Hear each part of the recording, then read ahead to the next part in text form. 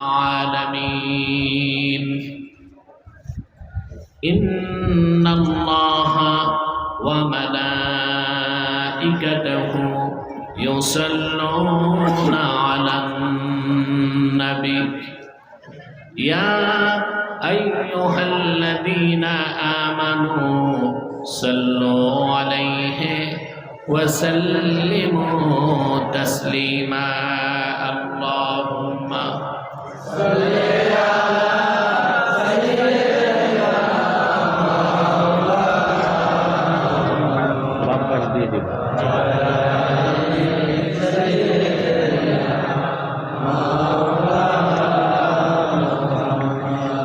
هو الحبيب الذي ترجى شفاعته لكل حول من الأحوال مقتحمي اللهم صل على سيدنا وعلى آل سيدنا मेरा दिल तड़प रहा है मेरा जल रहा है सीना ये दवा वही मिलेगी मुझे ले चलो मदीना अल्लाहुम्मा सल्ली अला सय्यिदिना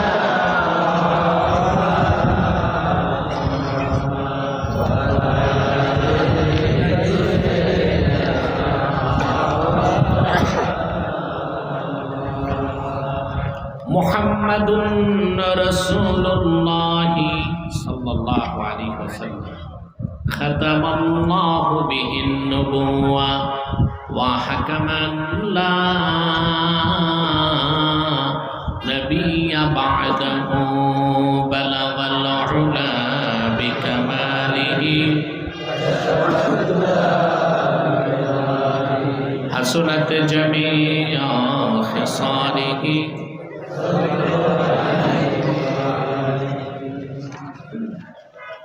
তাহরিকে খাতমে নবুয়ত বাংলাদেশ সাচা শাখার উদ্যোগে আয়োজিত আজকের অষ্টম বার্ষিক ইসলামী মহাসম্মেলনের সম্মানিত সভাপতি হাজারাত উলামায়ে কেরাম তুলাবায়ে এজাম ঝড় তুফান বৃষ্টি বাদলের দিনে আজকের এই মহতী মাহফিলে যারা উপস্থিত হয়েছেন গভীর রাতে সবটুকু শ্রদ্ধা আবেগ ভালোবাসা নিয়ে শুধুমাত্র কোরআন কারীমের দুর্বার আকর্ষণে প্রবল টানে তাদের সকলকে অন্তরের অন্তঃস্থল থেকে জ্ঞাপন করছি মুবারক। সবটুকু শুকরিয়া আল্লাহ সুবহানাহু ওয়া তাআলার জন্য যিনি আজকের বরকতপূর্ণ মাহফিলে আমাদেরকে আসার বসার তৌফিক মেহেরবানি করে ভিক্ষা দান করেছেন।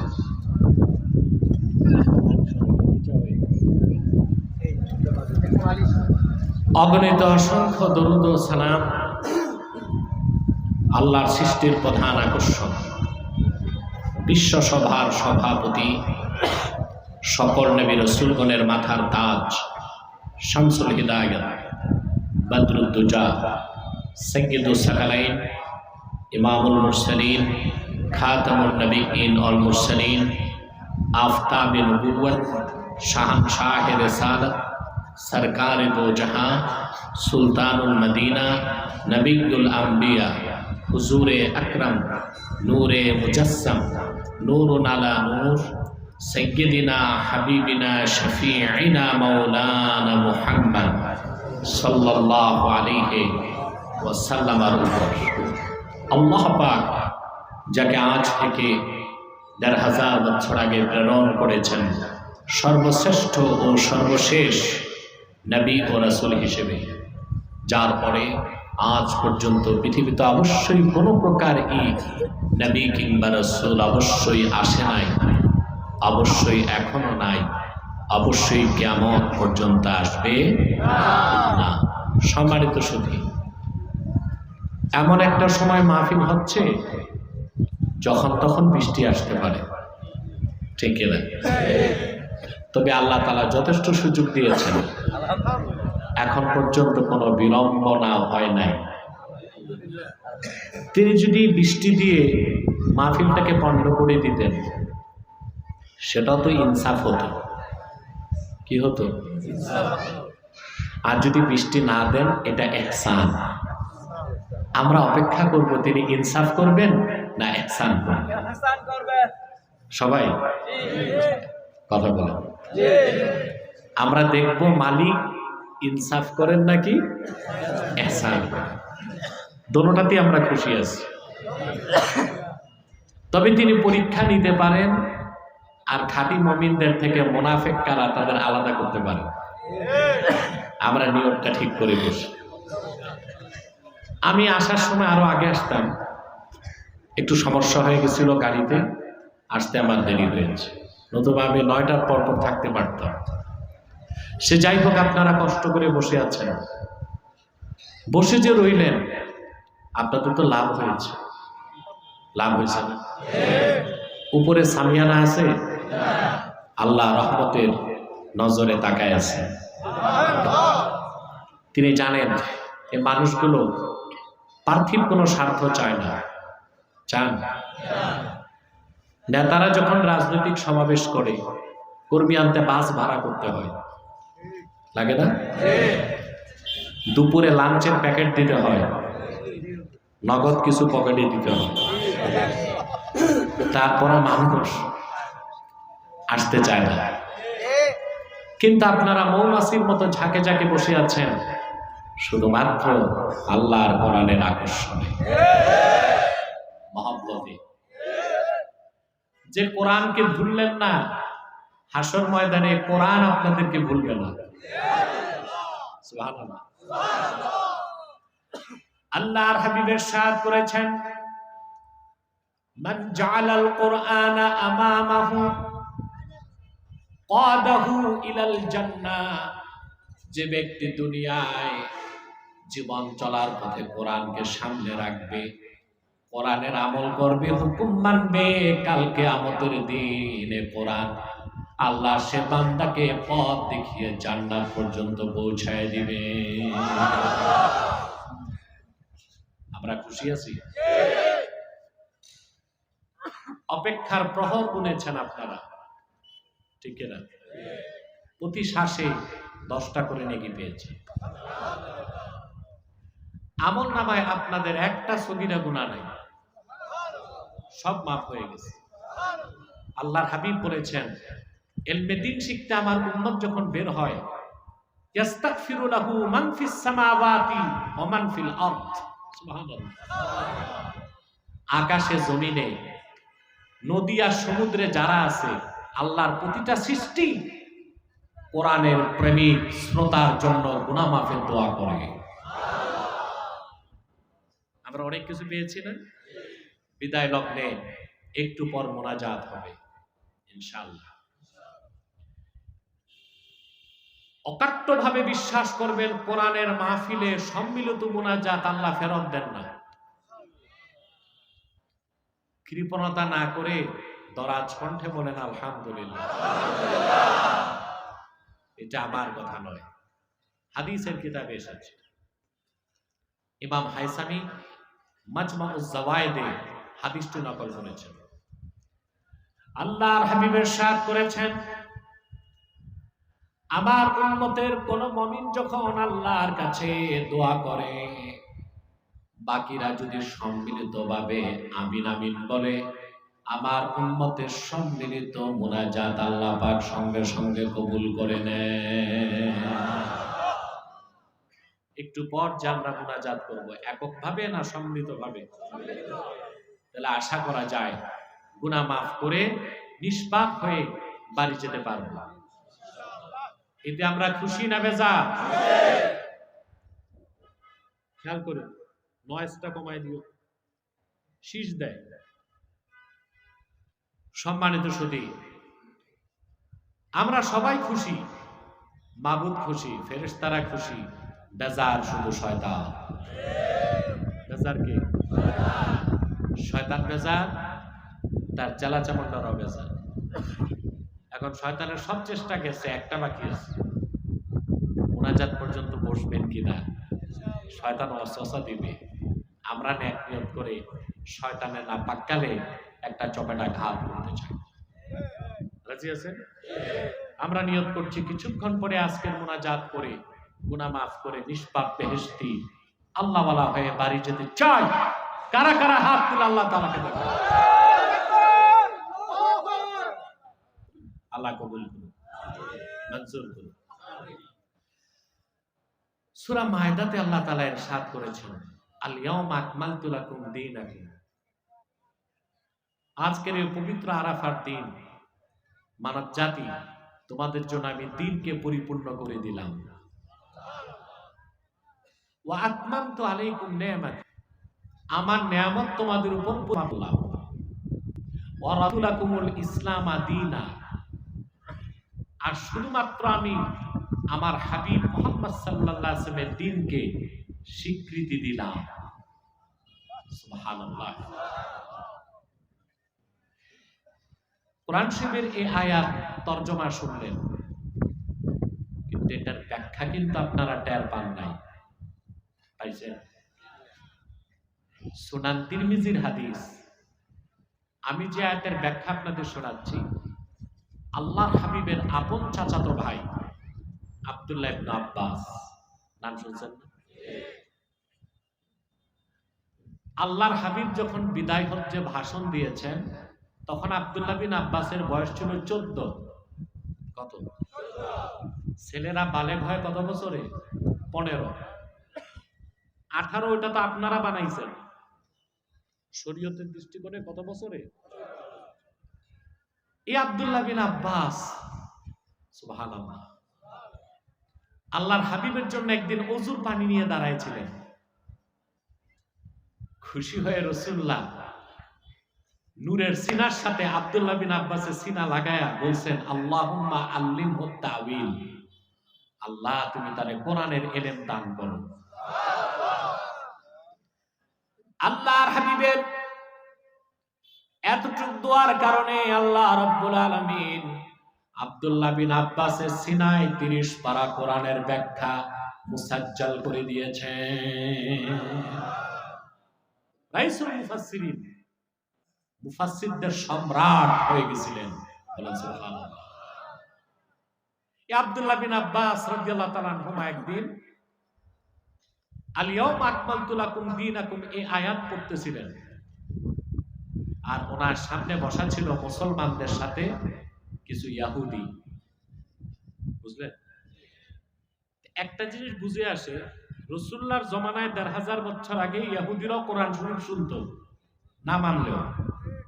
আর আমার দেশে মুসলিম নামধারী এমন কিছু নিকৃষ্ট বেঈমান আছে, কোরআন মানেও না, শুনতেও চায় না। আছে না?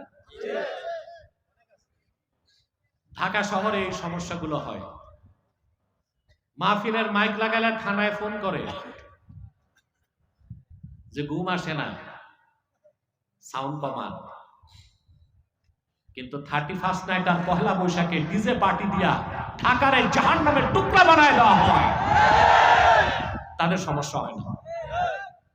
আমার দৃষ্টিতে এই মুসলিম নামধারী গুলো ইহুদিদের চোখ হারাম। ঠিকটা বুঝে কইলেন না, না বুঝে? এগুলো, এই মুসলিম নামধারী গুলো ইহুদিদের চোখ। আব্দুল্লাহ বিন আব্বাস তেলাওয়াত করলেন, আল ইয়াউমা আকমালতু লাকুম দীনাকুম, এই আয়াত পড়ার সাথে সাথে এক ইহুদি দাঁড়ায় গেছে। তিরমিজিতে তার নামটা আসে নাই, আহমদ বিন হাম্বল তার মুসনাদে নামটা উল্লেখ করছেন। তিনি ছিলেন কাবুল আহবার। মদিনা মুনাওয়ারাতে তখন ইহুদিদের সবচেয়ে বড় আলেম কাবুল আহবার। কাবুল আহবার বললেন, আব্দুল্লাহ বিন আব্বাস, কোরআন শরীফের আজকে যে আয়াত শুনলাম পূর্বে কোনদিন শুনি নাই। লাউ নাযালাত হাযিহিল আয়াতু আলাইনা লাত্তাখাযনা যালিকাল ইয়াওমা ঈদা। যদি এরকম একটা আয়াত আমাদের নবী মুসার কাছে অবতীর্ণ তওরাতে আল্লাহ নাজিল করতেন, খুশির চোটে আয়াত নাজিলের দিনটাকে আমরা ইহুদিরা ঈদের দিন বানায় নিতাম। আব্দুল্লাহ বিন আব্বাস জবাব কি দিয়েছেন? সুনান তিরমিজিতে আছে। قال والله إنها نزلت على رسول الله صلى الله عليه وسلم في يوم عيدين يوم عرفة ويوم جمعة আল্লাহর কসম রে ইহুদি তোমার জানা নাই এই আয়াত আল্লাহর নবী আল্লাহর হাবিব মুহাম্মদ সাল্লাল্লাহু আলাইহি ওয়াসাল্লামের কাছে অবতীর্ণ করেছেন আল্লাহ তাআলা এমন একদিন যেই দিন ডবল ঈদ হয়েছে। দিনটা ছিল আরাফার দিন, দিনটা ছিল জুমার দিন। তা আমরা অনেক মুসলমান এই আয়াতের তাৎপর্য বুঝি নাই, কিন্তু কাবুল আহবার ইহুদি হয়েও বুঝতে পেরেছে। ইমামে খাজেন এই আয়াতের তাফসীরে লেখেন আল্লাহর হাবিব সাল্লাল্লাহু আলাইহি সাল্লাম দুনিয়া থেকে বিদায় নেওয়ার মাত্র 81 দিন আগে, কতদিন আগে? 81 দিন রাসূলুল্লাহ সাল্লাল্লাহু আলাইহি সাল্লাম আরাফার ময়দানে উপস্থিত ছিলেন। বিদায় হজ, উষ্টির পিঠে রাসূলুল্লাহ বসা ছিলেন। আসর নামাজের শেষ সময় মাগরিবের কিছু আগে আল্লাহর হাবিবের সামনে 1,24,000 সাহাবী দাঁড়ায় ছিলেন। ভাই, আমি কি কবরস্থানে না মাহফিলে? ভাবসাত্যতা মনে হয় না। পুরুষের কণ্ঠে বলেন সুবহানাল্লাহ। আমি জানি গরম থেকে পরিত্রাণের জন্য আল্লাহ এত সুন্দর বাতাস দিয়েছে, তো এখনো অনেকের ঘুম আসতেছে। আল্লাহ দিয়েছেন শান্তিতে ওয়াজ শুনতে না ঘুমাইতে? কথা বলে না তো ঘুমানো যাবে না। আমি খুব শর্ট করবো ইনশাআল্লাহ, সংক্ষেপ করব। হযরত রাসূলুল্লাহর সামনে ছিলেন 1,24,000 সাহাবী, বিদায় হচ্ছে। অন্য বর্ণনায় এসছে 1,40,000 সাহাবী। দুই বর্ণনায় কি বৈপরীত্য আছে? জি না। যারা রিওয়ায়াত করছেন 1,24,000 সাহাবী, তারা নারী সাহাবী আর শিশুদেরকে ধরেন নাই। আর যারা বলছেন 1,40,000 সাহাবী, তারা নারী সাহাবী আর শিশুদেরকে ধরছে। তাহলে দুই রিওয়ায়াতের মধ্যে কোনো দ্বন্দ্ব। জিবরিল আল্লাহর পক্ষ থেকে ওহী নিয়ে আসলেন, আল ইয়াউমা আকমালতু লাকুম দীনাকুম। মানব জাতি দিনের কাজ শুরু করেছেন আদম নবী, সেই দিন প্রচার করেছেন লাখের উপর নবী রাসূল, লাখের উপর নবী রাসূল হাজার হাজার বছর দিনের দাওয়াত দিয়েছেন, দিন পরিপূর্ণ করি নাই। কিন্তু আমার দোস্ত মুহাম্মদ সাল্লাল্লাহু আলাইহি সাল্লামের 23 বছরের মেহনতের কারণে আমি দিনকে পরিপূর্ণ করে দিলাম। আয়াতটা এমন একদিন নাজিল হয়েছে যেদিন ছিল ডবল ঈদ। এবার কারণটা বুঝছেন? কথা বলেন। আদম থেকে ঈসা 1 লক্ষের উপর নবী, হাজার হাজার বছর দিনের দাওয়াত দিয়েছেন, দিন পরিপূর্ণ। আর প্রিয় নবী মুহাম্মদ সাল্লাল্লাহু আলাইহি ওয়াসাল্লাম 1,500 বছর আগে মক্কায় 13 বছর, মদিনা মুনাওয়ারায় 10 বছর, 23 বছর দিনের দাওয়াত দিয়েছেন। দিন প্রতিষ্ঠার জন্য রাসূলুল্লাহ 27টা গাজওয়া, যুদ্ধে সেনাপতির দায়িত্ব পালন করেছেন। আল্লাহু আকবার। উহুদে তিনি দান শহীদ করেছেন। তায়েফে পবিত্র নূরময় রক্ত ঝরেছে ওনার। রাসূলুল্লাহর 23 বছরের মেহনতের কারণে আল্লাহ ঘোষণা করলেন 1,500 বছর আগে, আজকে দিনকে পরিপূর্ণ করে দিলাম।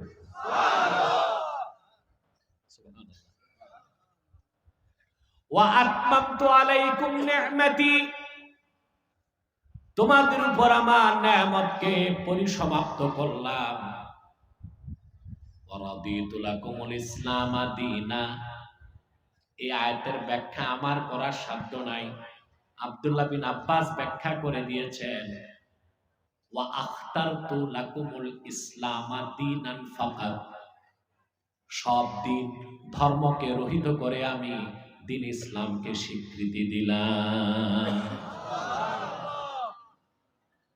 এই আয়াত থেকে আমরা তিনটা জিনিস পেলাম। আল্লাহর হাবিবের রক্ত ঝরা দ্বীন ইসলাম পরিপূর্ণ। আল্লাহ শুধু পরিপূর্ণ করেন নাই, দ্বীন ইসলামকে করছেন পরিসমাপ্ত। আল্লাহ শুধুমাত্র দ্বীন ইসলামকে স্বীকৃতি দিচ্ছেন, আর সব রিজেক্টেড, বাতিল। কথা বলেন, সব কি? এই দ্বীন ইসলামের বাইরে ভালো কিছু নাই, থাকলেও খোঁজা যাবে না, খুঁজলেও নেওয়া যাবে না। আমি বুঝাতে পারি না? এই দ্বীন ইসলামের বাইরে ভালো কিছু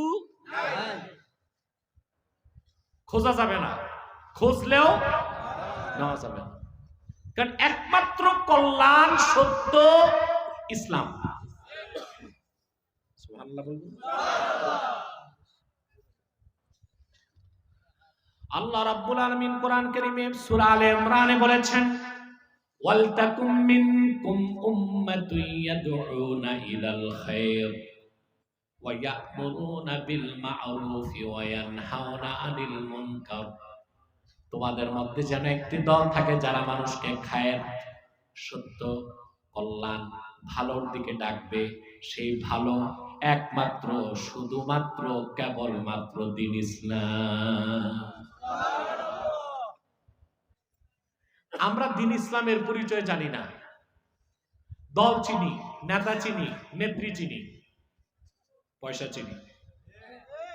বাজারে গেলে কোনটা দেশি গাওয়া ঘি এটা নাকে লাগায় ঘষে। কথা বলেন।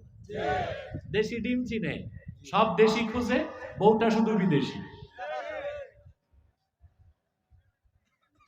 শুধু দ্বীন ইসলাম বুঝার ক্ষেত্রে বলে বুঝি না। তা আল্লাহ তো কিয়ামতে বলবেন, সব চিল্লা, সব বুঝলা, শুধু দ্বীন চিল্লা না, বাঁচা যাবে? কথা বলে না। আপনার প্রধান পরিচয় কি? আপনি আওয়ামী লীগ, বিএনপি, জাতীয় পার্টি, জামাত, না আপনি মুসলমান? এর চেয়ে বড় কোনো পরিচয় নাই। সেজন্য আপনাকে দ্বীনকে জানতে হবে, দ্বীনকে শিখতে হবে। দ্বীনের শিক্ষা নাই বলেই তো অনেক মুসলমান আজকে শিরক কুফরে লিপ্ত। রাজনীতির নামে, সংস্কৃতির নামে, শিক্ষানীতির নামে, চেতনার নামে, ঐতিহ্যের নামে, ভাস্কর্যের নামে বাংলাদেশের মুসলমান শিরকি কাজে লিপ্ত হয়ে যাচ্ছে। হয় নাই? পয়লা বৈশাখ পালন করে, হ্যাঁ, বৈশাখ পালন করা যাবে, শরীয়তের গণ্ডির বাইরে যেয়ে নয়। বৈশাখ আসছে কোত্থেকে? এই যে পয়লা বৈশাখ, এই যে বাংলা সন, এটা চালু করছে বাদশাহ আকবর। কে? 1584 খ্রিস্টাব্দে। কত সালে? মনে নাই এখানে এগুলো? 1584 খ্রিস্টাব্দে বাদশাহ আকবর হিজরি সন অনুসরণ করে বাংলা অব্দ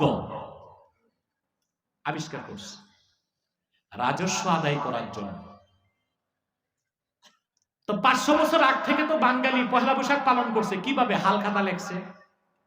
কথা বলেন। মেলায় গেছে, বাতাসা খাইছে, নাড়ু খাইছে, আবার খই কিনছে। কথা বলেন। দাওয়াত হয়েছে, উৎসব হয়েছে, তাতে তো বাধা নাই। কিন্তু পয়লা বৈশাখের নামে মঙ্গল শোভাযাত্রা, এটা বাঙালির সংস্কৃতি নয়, এটা পশ্চিম বাংলার হিন্দুদের ধর্মীয় একটা অনুষঙ্গ। সংস্কৃতির নামে চাপায় দিচ্ছ, চলবে না। আবার কিছু বুদ্ধিজীবী আছে, বুদ্ধিজীবী, এরা বলতেছে আলেমরা না বুঝেই ফতুয়া দেয়। ধর্মের সাথে সংস্কৃতির সম্পর্ক কি? তার মানে বুদ্ধিজীবী, তুমি ইসলামকে চিনো নাই, তুমি ভাবছো ইসলাম আর 10টা ধর্মের মতো একটা প্রথা সর্বস্ব ধর্ম না। ইসলাম পরিপূর্ণ জীবন বিধান। 1000 বছর আগে রাসূলুল্লাহ সাল্লাল্লাহু আলাইহি ওয়াসাল্লামের দ্বীনকে আল্লাহ পরিপূর্ণ করে দিয়েছেন। মুসলমান যে দ্বীনকে গ্রহণ করবে, ইসলাম, তার ব্যক্তি জীবন কেমন হবে? শিক্ষা জীবন, সংসার জীবন, সাংস্কৃতিক জীবন, রাজনৈতিক জীবন, শিক্ষানীতি, রাষ্ট্রনীতি, রাজনীতি, পররাষ্ট্রনীতি, আইন আদালত, পোশাক আশাক, খাওয়া দাওয়া, উঠা বসা,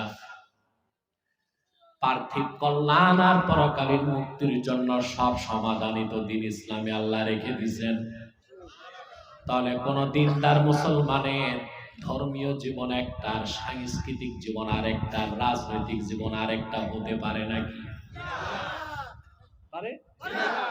অর্থাৎ ধর্মীয় জীবন একটা, সাংস্কৃতিক জীবন, রাজনৈতিক জীবন না। মুসলমান তার জীবনকে দ্বিখণ্ডিত করার অধিকার রাখে না। কালেমা বিশ্বাস করার মানে হচ্ছে আল্লাহর আনুগত্যের সামনে মস্তক নত করে দিতে হবে। ওখানে সংস্কৃতির নামে, চেতনার নামে, রাজনীতির নামে শিরক করার সুযোগ আমরা করি। জি করি। এই যে বাংলাদেশে দিবস পালন হয়, দিবসে দেখা যায় প্রতিকৃতিতে যে মালা দেয়, সৌদের সামনে মাথা নত করে রাখে, নগ্ন পায়ে 21 ফেব্রুয়ারি মিনারে যে ফুল দেয়, চুপ থাকে, এই সবটাই তো পস্তর পূজা। এটা কি? এটা হচ্ছে চেতনার নামে। কিসের নামে? চেতনার নামে। কেউ শিরক করতেছে রাজনীতির নামে। আর এখন বাংলাদেশে চলতেছে সংস্কৃতির নামে শিরক। মঙ্গল শোভাযাত্রা, বুদ্ধিজীবীদেরকে বলছি, বৈশাখ মাসে বৈশাখী মেলা জায়েজ ভাবে করা বাঙালি সংস্কৃতি। দাওয়াত হবে, উৎসব হবে, সব ঠিক আছে, কিন্তু চারুকলা থেকে মঙ্গল শোভাযাত্রাকে এই দেশের মুসলমান মেনে নিবে না। এটা হিন্দুদের একটি ধর্মীয় আচরণ, ধর্মীয় অনুষঙ্গ।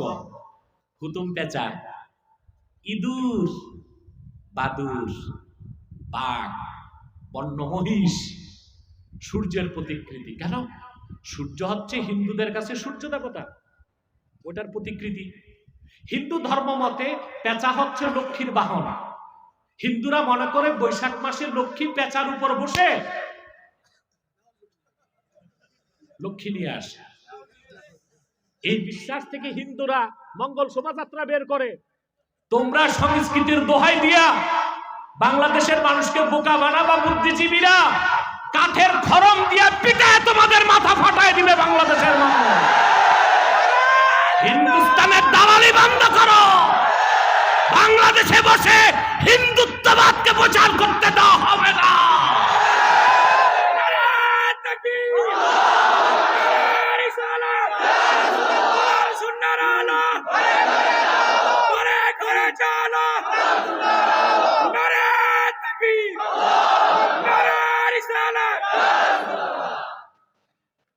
আলেমদেরকে বলবো, সৎ সাহস নিয়ে কথা বলুন। কয়টা নাস্তিক আছে বাংলাদেশে? যা সব নাস্তিক বাংলাদেশের এক করলে যা আছে তার চেয়ে বেশি বাংলাদেশে পেটি কুত্তা আছে।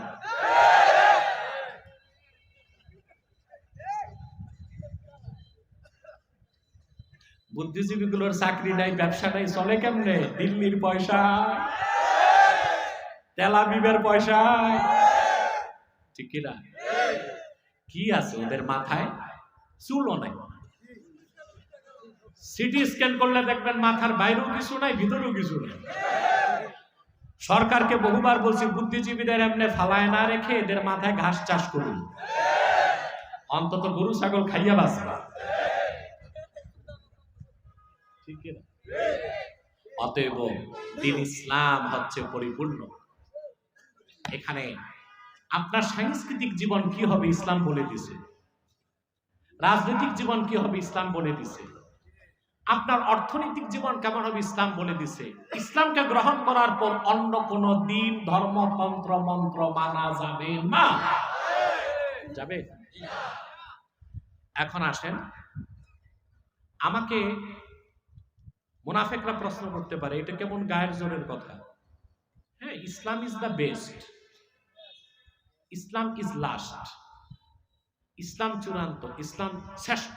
তাই বলি অন্য ধর্মে কি কিছুই ভালো নাই? প্রশ্ন আসে। আমি শুরুতেই বলছি, ইসলামের বাইরে ভালো খোঁজা যাবে না, খুঁজলে নেওয়া যাবে না। কেন? যুক্তিতে আসেন। ইসলাম ছাড়া পৃথিবীতে দুইটা ধর্ম আছে যাকে বলা হয় সেমেটিক রিলিজিয়ন। কি? সেমেটিক আরবিতে আসমানকে বলে সামা, সামা থেকে সেমেটিক। পশ্চিমারা স্বীকার করে যে সেমেটিক রিলিজিয়ান, আসমান থেকে যে ধর্মগুলো আসছে, ইসলাম, তার পূর্বে খ্রিস্টান, তার পূর্বে ইহুদি, এটা পশ্চিমারা বলে।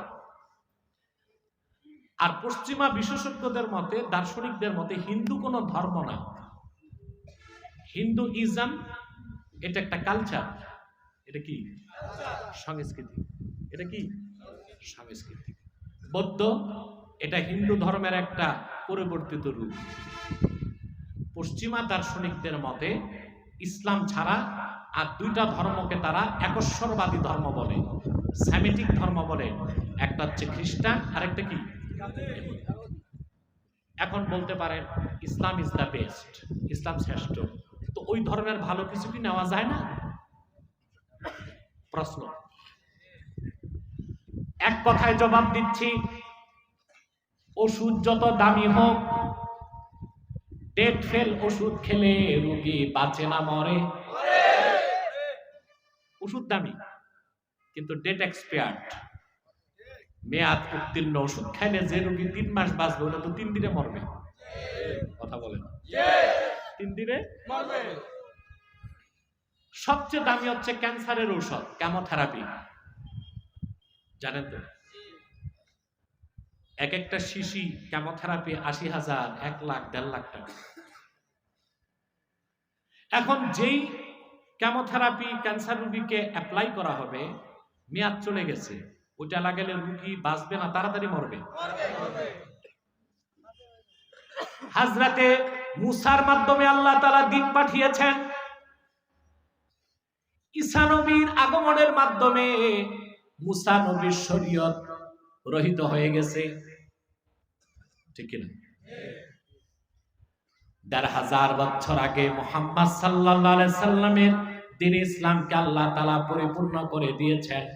ঈসা নবীর দ্বীন রহিত হয়ে গেছে, আগে সব মেয়াদ উত্তীর্ণ হয়ে গেছে, রিজেক্টেড হয়ে গেছে। এখন ইসলাম ছাড়া ভালো কিছু আর কোথাও নাই, খোঁজার চেষ্টাও করা যাবে না। যাবে? খোঁজা যাবে? খুঁজলে নেওয়া যাবে? নিলে ঈমান থাকবে? ইসলামের বাইরে পূর্বের যে ধর্মগুলো রিজেক্টেড, ডেট এক্সপায়ার্ড, রহিত, ওখান থেকে তো কিছু নেওয়ার সুযোগ নাই। আবার ইসলাম মেনে সংস্কৃতির নামে মঙ্গল শোভাযাত্রা কেমনে নিব? সুযোগ আছে? তো বুদ্ধিজীবীগুলোর মাথায় কিছু আছে নাকি? এগুলোর মাথায় শয়তান পেশাব করছে, ঠিক কিনা? আমার কথা, তোমরা তো দ্বীন ইসলামের পরিচয় জানো না, যদ্দূর বুঝো তদ্দূর বলো। এখন এমন একটা ভাবসাব হয়েছে টক শোতে, যে বসে মনে হয় যে বিদ্যাসাগর। দর্শন, বিজ্ঞান, অর্থনীতি, পৌরনীতি, সমাজনীতি, রাজনীতি, physics, chemist, zoology, botany, cosmology, নৃতত্ত্ব, ভূতত্ত্ব সব নিয়ে আলোচনা করে, একটাও বুঝে না, ঠিক কিনা? টক শোতে এসে পাণ্ডিত্য জাহের করে, কোনোটাই 100% বুঝে নাই। তাহলে দ্বীন পরিপূর্ণ, দ্বীন অসমাপ্ত রেখে আল্লাহ পরিপূর্ণ করছেন না পরিসমাপ্তির মাধ্যমে পরিপূর্ণ করছেন? আল-ইয়াওমা আকমালতু লাকুম দীনাকুম ওয়া আতমামতু আলাইকুম নি'মাতি। সুবহানাল্লাহ।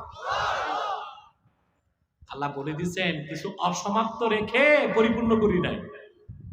মুসলমান, মুহাম্মদ সাল্লাল্লাহু আলাইহি ওয়াসাল্লাম ১,৫০০ বছর আগে যে পূর্ণাঙ্গ দ্বীন আমাদেরকে দিয়ে গেলেন, এই দ্বীন পুরাটা মানলেই আপনি মুসলিম, ঠিক কিনা? আমল যদি কম হয় বেঁচে যাবেন, কিন্তু দ্বীনের ক্ষুদ্র একটা বিষয় যদি আপনি অস্বীকার করেন, কাফের হয়ে যাবেন। ঈমান থাকবে? কথা বলেন। আজকে আমরা দ্বীন ইসলাম ছেড়ে মুসলমানরা বদ্দীনের পিছে দৌড়াই, সেজন্য পৃথিবীর বিভিন্ন ভূখণ্ডে আমরা মার খাচ্ছি। জিল্লতি আর অবমাননার যে কলঙ্কিত মালা পরিধান করেছি, সেই দিনই এই কলঙ্কিত লজ্জা, অবমাননা, তুচ্ছতা, লাঞ্ছনার কলঙ্কিত মালা ছুঁড়ে ফেলে ইসলামের বিজয় ঝান্ডা হাতে নিতে পারবো, যেদিন আবার মানব রচিত তন্ত্র মন্ত্র মতবাদ ছেড়ে দিন ইসলামে ফিরে আসুন। ঠিক কিনা? আবু দাউদ শরীফের হাদিস, আল্লাহর হাবিব ইরশাদ করেছেন,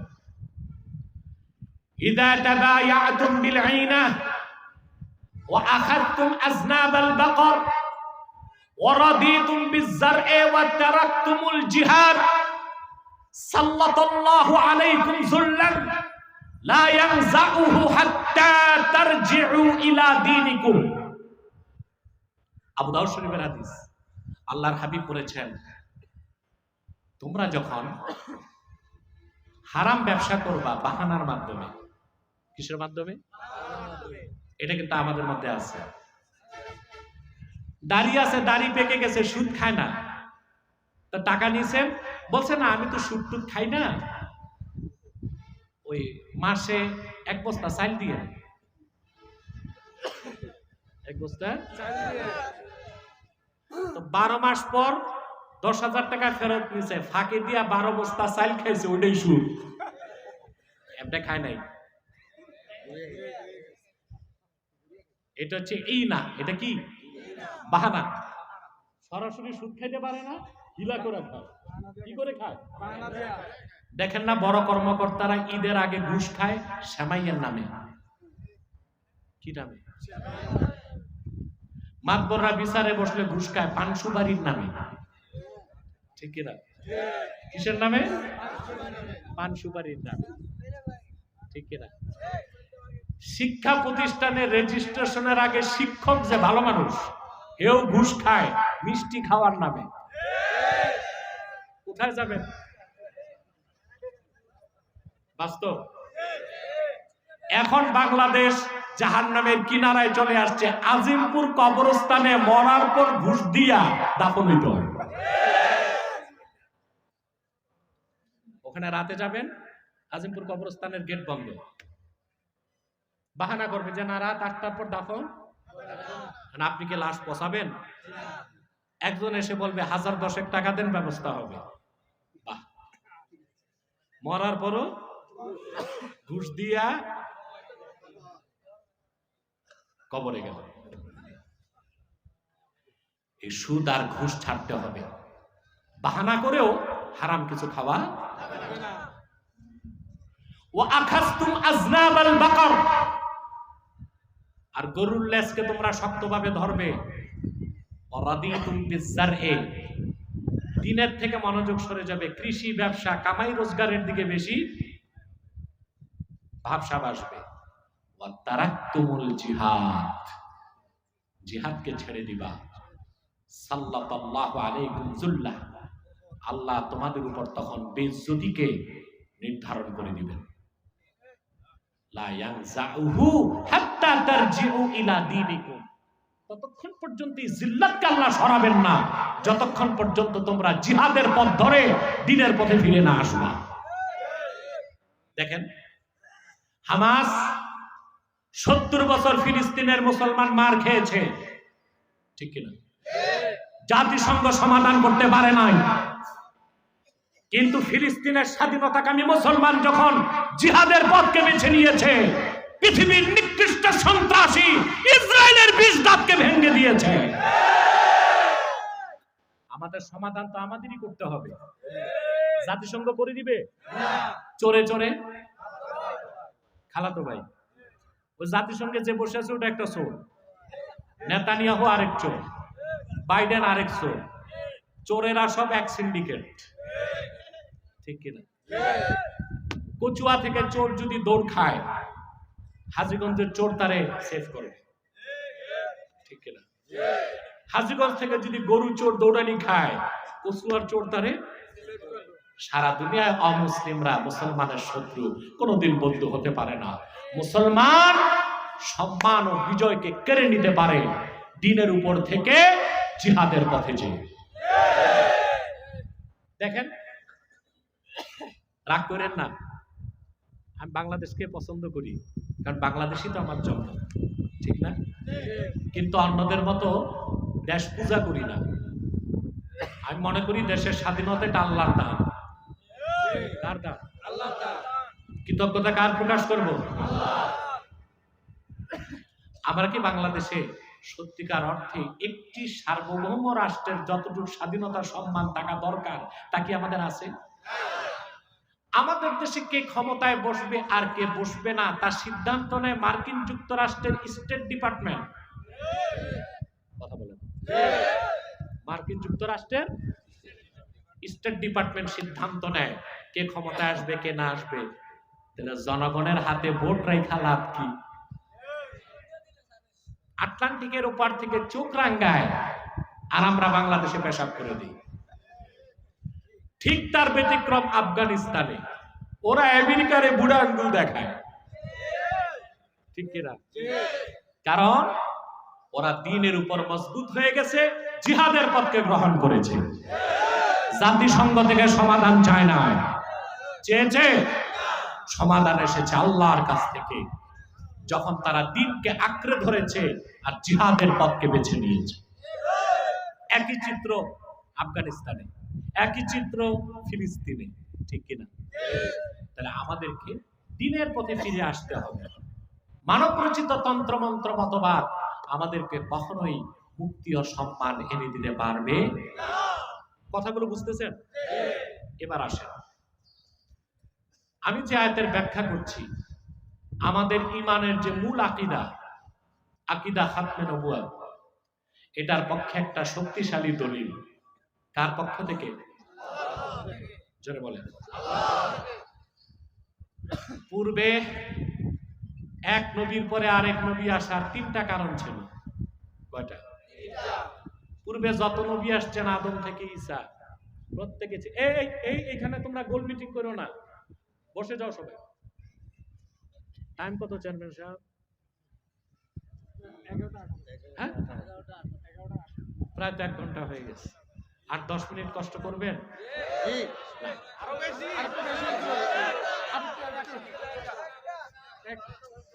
আগে 10 মিনিটের ওয়াদা করি। কে কে হাত তুলে দেখান, হাত লম্বা করেন, হাত নামান। আল্লাহ কবুল করুক, আল্লাহ মঞ্জুর। বেশি কথা শুনলে হবে না, বুঝতে হবে, ঠিক না? পূর্বে নবীর পর নবী আসতো কয়টা কারণে? পূর্বে যত নবী এসেছেন আদম থেকে ঈসা, তারা ছিলেন আঞ্চলিক নবী, একটা অঞ্চলের নবী, ঠিক না? কেউ এসেছেন আদ জাতির জন্য, কেউ সামুদ জাতির জন্য, কেউ বনি ইসরায়েলের জন্য, কেউ আমালেকার জন্য, কেউ কিপ্তিদের জন্য। কিন্তু ১৫০০ বছর আগে আখিরি নবী, নবীগণের মাথার তাজ আমার নূর নবী মুহাম্মদ সাল্লাল্লাহু আলাইহি সাল্লাম, তিনি শুধু আরববাসীদের জন্য আসেন নাই, তিনি এসেছেন গোটা বিশ্বের সকল মানুষের হেদায়েতের জন্য। আল্লাহ রাব্বুল আলামিন বলেন, কুল ইয়া আইয়ুহান নাসু ইন্নী রাসূলুল্লাহি ইলাইকুম জামিআ।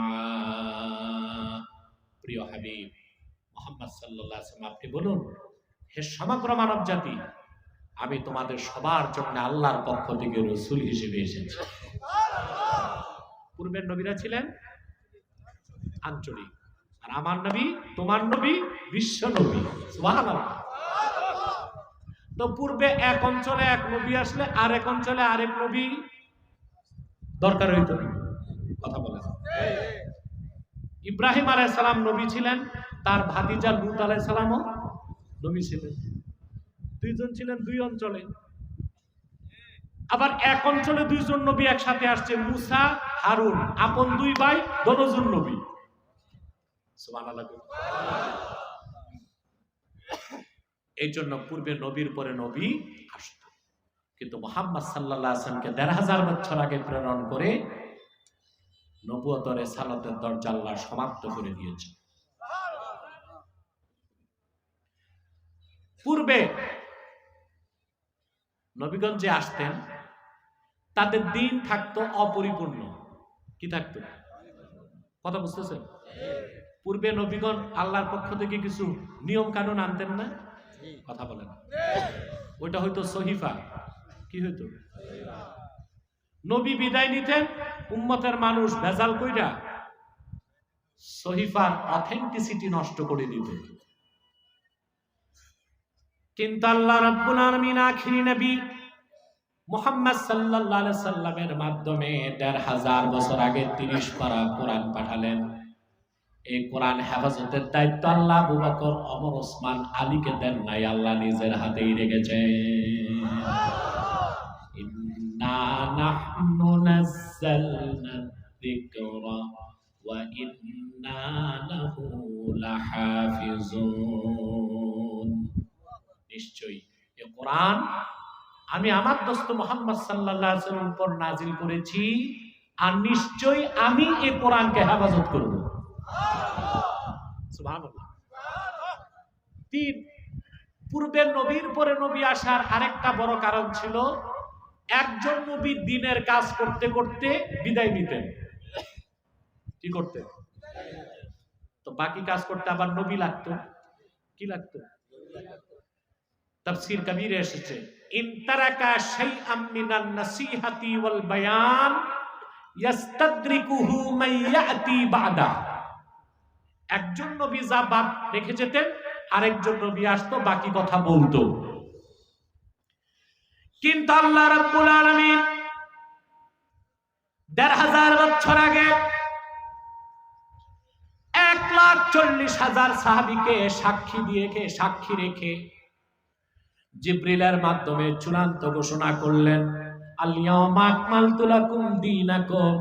আজকে আমি মুহাম্মদ সাল্লাল্লাহু আলাইহি ওয়াসাল্লামের রক্ত ঝরা দ্বীনকে পরিপূর্ণ করে দিলাম। সুবহানাল্লাহ। ওয়া আতমামতু আলাইকুম নি'মাতি, তোমাদের উপর আমার নিয়ামতকে সমাপ্ত করলাম। ওয়া রাদিতু লাকুমুল ইসলাম দীনা, একমাত্র ইসলামকে আমি স্বীকৃতি দিলাম। তার মানে আমার নবী মুহাম্মদ সাল্লাল্লাহু আলাইহি সাল্লামের পরে কিয়ামত পর্যন্ত আর কোন প্রকারই নবী আসবে না, রাসূল আসবে না, ওহীর দরজা বন্ধ, ওহী আসবে না। জোরে বলেন সুবহানাল্লাহ। এটা আকীদা খাতমে নবুয়ত। আকীদা কথা বুঝতেছেন? যে খাতমে নবুয়তের আন্দোলন আপনারা করেন, তাহরিকে খাতমে নবুয়ত বাংলাদেশের ব্যানারে, আলহামদুলিল্লাহ বলেন। তৌফিক কে দিবেন? আল্লাহ। যারা প্রচলিত রাজনীতি করে ওরা কি করতেছে? কেউ ন্যাশনালিজম, কথা বলে না, কেউ সেকুলারিজম, কেউ ডেমোক্রেসি। ওখানে দাঙ্গা আছে, এমপি মন্ত্রী হওয়ার একটা আশা আছে, ঠিক কিনা? পদ পদবি আছে, কিচ্ছু না পেলে গমের ভাগ তো আছে। কিন্তু তাহরিকে খাতমে নবুয়ত বাংলাদেশে যারা কাজ করে শুধুমাত্র পরকালে বাঁচার জন্য, ঠিক কিনা? এর চেয়ে বড় কোনো আন্দোলন নাই, এর চেয়ে বড় কোনো জিহাদ। কথাগুলো বুঝতে পারলাম? অতএব আমরা যে আয়াতের ব্যাখ্যা শুনলাম, এই আয়াত থেকে গুরুত্বপূর্ণ কথাগুলো হৃদয়ে লালন করে বাড়ি যাব। আর আমরা শপথ করব, যতদিন বেঁচে আছি খাতমে নবুয়ত আন্দোলনের ঝান্ডার নিচে আন্দোলন করে যাব ইনশাআল্লাহ। এবং বেশি দিন লাগবে না, যদি বাঙালি জাতি ঐক্যবদ্ধ হতে পারে, অচিরেই তাহরিকে খাতমে নবুয়ত বাংলাদেশের দাবিগুলো সরকারে যেই থাক মেনে নিতে বাধ্য হবে ইনশাআল্লাহ। কথা বুঝতে পেরেছেন? আল্লাহ পাক যেন আমাদেরকে কবুল করেন, মঞ্জুর করেন, বলুন আল্লাহুম্মা আমিন। সাদাকাল্লাহুল আযীম ওয়া সাদাকা রাসূলুহুন নবিয়ুল কারীম ওয়া নাহনু আলা যালিকা মিনাশ শাহিদিন ওয়াশ শাকিরিন আলহামদুলিল্লাহি রাব্বিল আলামিন। আমি উঠতে বলি নাই, যদি কেউ আউলিয়া কেরাম থাকেন চলে যান, আর আমার মতো গুনাহগার থাকলে মুনাজাত করেন। পারবেন না? তাহলে আপনাদেরকে বিদায় লগ্নে যে কথাটা বলে আমি আপনাদেরকে বিদায় দিব, আমিও বিদায় নিব, যে আমাদের দল যার যেটাই থাক, তাহরিকে খাতমে নবুয়ত বাংলাদেশের ব্যানারে আমরা এক থাকবো। জোরে বলতে হবে, যদি আল্লাহ কবুল করেন। আশা তো করি আল্লাহ কবুল করবেন, ঠিক কিনা? যারা খাতমে নবুয়তের আন্দোলন করে এখানে কোথায় ওরা? আরো ওরা যখনই মাহফিল থেকে সরতে চায়, আল্লাহর পক্ষ থেকে ওদের গর্দান ধরায় মাহফিল করানো হয়, ঠিক কিনা?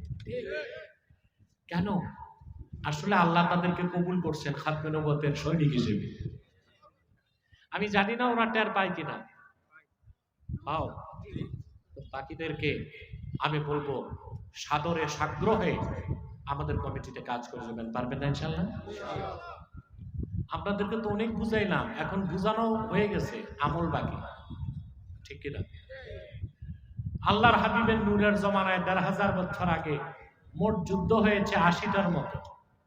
কতটার মতো? ৮০টার মতো যুদ্ধে ইসলামের পক্ষে এবং বিপক্ষে মানুষ নিহত হয়েছিল মাত্র ১০১৮ জন। কতজন? আর শুধুমাত্র আবু বকর সিদ্দিক রাদিয়াল্লাহু তাআলা আনহুর জমানায় ইয়ামানের ইয়ামামায় এক শয়তান নিজের নবী দাবি করছিল, মুসাইলামাতুল কাজ্জাব। তাকে হত্যা করতে ৩০,০০০ সাহাবী গেছেন, আর একদিনের যুদ্ধে ২৪০০ সাহাবী শাহাদাত বরণ করছেন। কতজন? কয়দিন যুদ্ধে?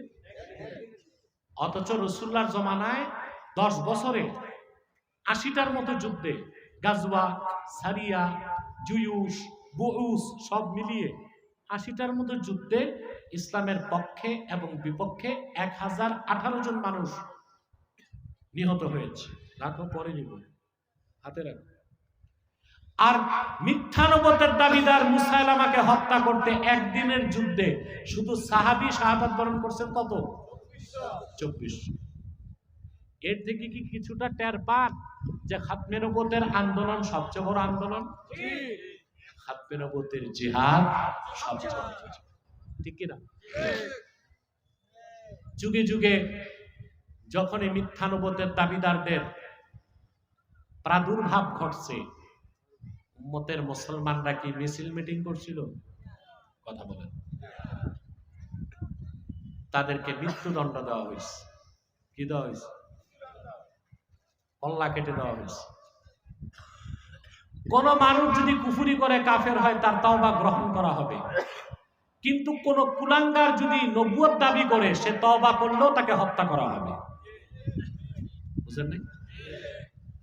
আমার আল্লাহ নূর নবীজি আমার মুহাম্মদ সাল্লাল্লাহু আলাইহি ওয়াসাল্লামের ইসলাম ও কোরআনের হাজার হাজার হাজার বছর পরে বর্তমান ভারতের কুখ্যাত পাঞ্জাবের কুখ্যাত গুরুদাসপুরে ইংরেজ আমলে এক শয়তান নিজকে নবী দাবি করছে।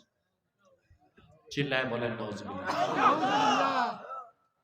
শয়তানটার নাম রেখেছিল তার বাপ মির্জা গোলাম আহমদ কাদিয়ানি।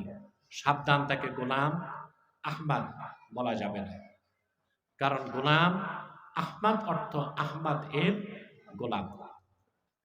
আর কাদিয়ানের কাজ্জাব ছিল ইংরেজদের পা চাটা গোলাম। সে গোলাম আহমদ আহমদ এর গোলাম ছিল না, সে ছিল কুখ্যাত শয়তানের কুখ্যাত গোলাম। কাদিয়ানের কাজ্জাব মিথ্যা নবুয়তের দাবিদার মির্জা গোলাম শয়তান কাদিয়ানির উপর গজব এসেছে ১৯০৮ সালে। যখন গজব এসেছে, কাদিয়ানের কাজ্জাব মিথ্যা নবুয়তের দাবিদার মির্জা গোলাম শয়তান কাদিয়ানি ১৯০৮ সালে ধ্বংস হয়ে কুখ্যাত জাহান্নামের কুখ্যাত কুকুরে পরিণত হয়েছে। তার অনুসারীরাও ধ্বংস হয়েছে। বর্তমানে কিছু কাদিয়ানি বাংলাদেশে আছে। ইতিমধ্যে তারা ১০০ সেন্টার করে ফেলছে। কতগুলো? আপনাদের কচুয়াতেও ওরা আস্তানা করছে, শাহরাস্তিতে আস্তানা করছে, চাঁদপুরে আস্তানা করছে। আপনাদের এই চাঁদপুরই তো কতগুলো আস্তানা করে ফেলছে। এটার জবাব কি আপনাদের হাসরে দিতে হবে না? নাম পরিবর্তন করে করে তারা মিথ্যা পরিচয় দেয়। কখনো নিজেদের পরিচয় দেয় আহমদী জামাত, কখনো বলে আহমদিয়া জামাত, কখনো বলে আহমদী সম্প্রদায়, কখনো বলে আহমদিয়া সম্প্রদায়, কখনো বলে আহমদী মুসলিম জামাত, কখনো বলে আহমদিয়া মুসলিম জামাত। সাবধান, যত কাদিয়ানি ছিল আছে থাকবে, তারা কেউ আহমদী জামাত নয়, আহমদিয়া জামাত নয়, আহমদী সম্প্রদায় নয়, আহমদিয়া সম্প্রদায় নয়। আহমদী মুসলিম জামাত নয়, আহমদিয়া মুসলিম জামাত নয়, তারা শয়তানি জামাত, কুখ্যাত জাহান্নামের কুখ্যাত কুকুরের দল। আমাদের সকল দলের একটাই দাবি, পৃথিবীর একটা দুইটা, এই পর্যন্ত 57টি মুসলিম রাষ্ট্রের অধিকাংশ মুসলিম রাষ্ট্রে কাদিয়ানীদেরকে অমুসলিম ঘোষণা করা হয়েছে। বাঙালি জাতির ব্যর্থতা, শুধু এক না হবার কারণে আমরা আমাদের দাবি আদায় করতে পারতেছি না, ঠিক কিনা? আপনারা ঝগড়া করেন কওমি, আলিয়া, সাদা টুপি, কালো টুপি, লম্বা টুপি, গোল টুপি, এগুলো নিয়ে আছে। এগুলো থাক, মাসলাকগত দ্বন্দ্ব আছে, ছিল, থাকবে, কিন্তু কুখ্যাত কাফের কাদিয়ানীদেরকে অমুসলিম ঘোষণার দাবিতে তো অন্তত আমাদের এক হওয়া উচিত। এই দেশে ইসলামী হুকুমত কায়েমের জন্য তো আমাদের এক হওয়া উচিত। কেন হই না? আমরা যেন এক না হতে পারি, এজন্য কাফেররা মিলিয়ন মিলিয়ন ডলার খরচ করতেছে। কি করতেছে? মিলিয়ন মিলিয়ন ডলার খরচ করতেছে বাংলাদেশে, তারা যেন বাংলাদেশের মুসলমান এক হইতে। একজন হুজুর হক কথা বলবে, আরেকজন পিছের থেকে বলবে এটা ওয়াহাবি, আরেকজনকে সে বলবে এটা বেদাতি, তো 3 নাম্বারটা 4 নাম্বারটারে বলবে এটা গোলামি।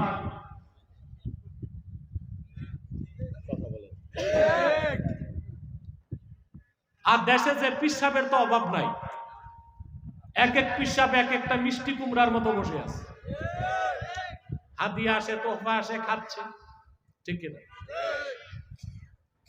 যারা আমার বংশের লোক জোনপুর থেকে আসে, তারা তো ভিসা পাসপোর্ট নিয়ে আসে, ঠিক কিনা? অনেক কথা বলতে পারে না, সুযোগ নাই কথা বলা। দেশি পিসাব যারা আপনাদের দুধ কলা পনির খাইয়া চর্বি জমাইছে, ওনারা কবে জবান খুলবে? কথা বলে। 2013 সালে হেফাজতে ইসলাম মাঠে নামছিল, নামে নাই? 5ই মে 13টা দাবি নিয়ে নামছিল। তার মধ্যে আমাদের সংগঠনের একটা দাবি ছিল, কাদিয়ানীদেরকে অমুসলিম ঘোষণা করো। হেফাজত যে সমাবেশ করছে, বাংলাদেশ স্বাধীন হবার আগে পরে এত বড় সমাবেশ কেউ করতে পারে নাই। আল জাজিরা বলছে 70 লক্ষ মানুষ শাপলা চত্বরে এক হয়েছে। তখনই তো আমরা দাবি আদায় করে ফেলতে পারতাম। এই দেশে তখন আমাদেরকে, তখন আওয়ামী লীগ বাধা দেয় নাই, বিএনপি বাধা দেয় নাই, ইহুদিরাও বাহির থেকে আসে নাই। এই দেশের কিছু মুনাফিক বেদাতি ভণ্ডবীর তখন হেফাজতের বিরোধিতা করছে।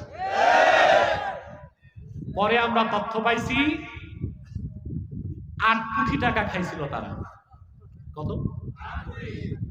8 কোটি টাকা খাইয়া তাগুতের কাছ থেকে হেফাজতের বিরোধিতা করছে। মানে হেফাজতকে ওহাবি ফতুয়া দেওয়ার আর সময় পায় নাই, কথা বলে না।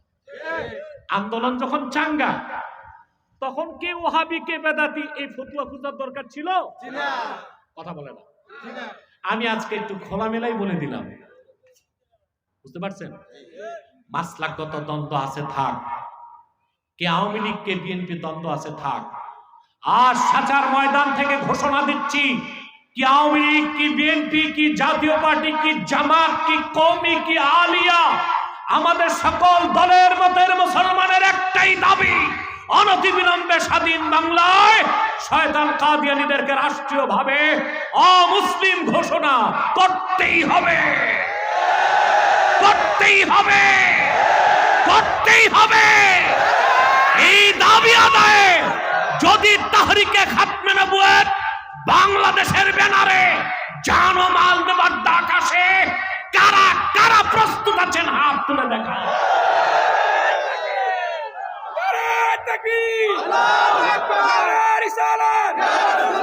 সম্মানিত সুধী, কাদিয়ানীদেরকে অর্থনৈতিক সহযোগিতা করবেন না? করবেন? করেন? জি করেন।